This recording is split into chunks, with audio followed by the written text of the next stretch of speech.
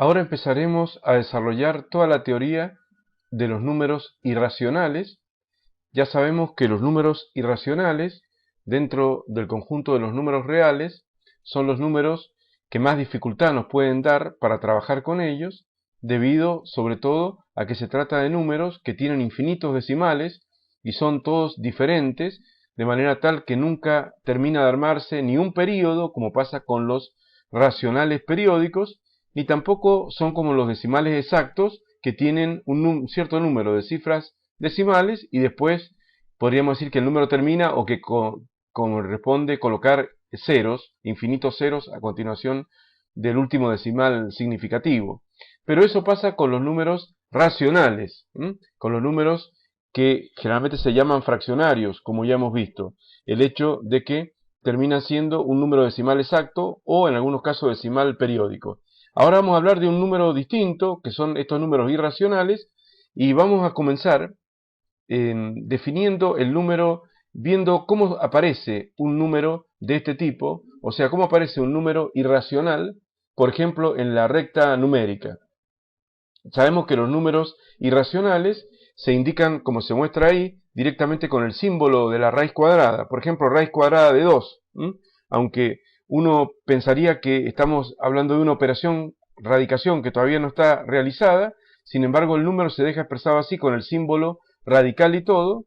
Esto es debido a la característica que estamos diciendo que tienen estos números de tener infinitos decimales. También el número pi es un número irracional, y el número e también lo son, así que son números del análisis matemático a la base de los logaritmos naturales, que es el número e, y el número pi tienen esta característica. Entonces, la pregunta surge ahora, ¿cómo aparece un número así en la recta numérica? Entonces, la respuesta es bastante sencilla con este ejemplo.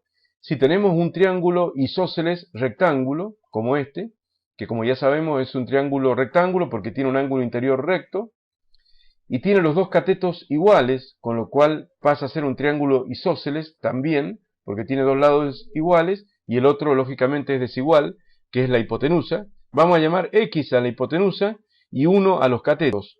Supongamos que sea 1 centímetro o 1 metro o 1 metro.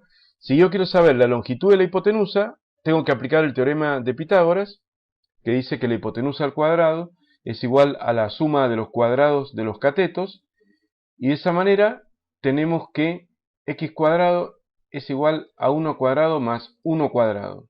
Por lo tanto, x cuadrado es igual a 1 más 1, 2, y x es igual a raíz de 2, debido a que el cuadrado pasa como raíz cuadrada al segundo miembro. Así que ahí nos damos cuenta que esa hipotenusa, en un triángulo isósceles rectángulo con dos catetos unitarios, ya tiene una longitud que debe ser expresada mediante un número irracional, que es este raíz de 2, que como sabemos tiene infinitos decimales. Con la calculadora podemos sacar y ver los primeros, 10 decimales, 8 decimales, pero el número sigue teniendo indefinida cantidad de decimales. Entonces nos damos cuenta que esa longitud de por sí tiene un valor irracional. Entonces, si ahora acomodo ese triangulito isósceles rectángulo sobre la recta numérica, que es la recta real donde vamos ubicando todos los números reales, podemos darnos cuenta que tiene una unidad hacia la derecha, una unidad para arriba, digamos, y la hipotenusa que acabamos de decir que es raíz de 2. Si tomo con un compás, hago centro en el origen, abro con la apertura del compás igual a la hipotenusa de ese triángulo rectángulo y lo traslado a la recta numérica, es evidente que ese puntito es un número irracional. O sea que queda demostrado que en la recta numérica sí existen esos números irracionales, que son esos números que tienen infinitos decimales, como estamos diciendo, y todos diferentes.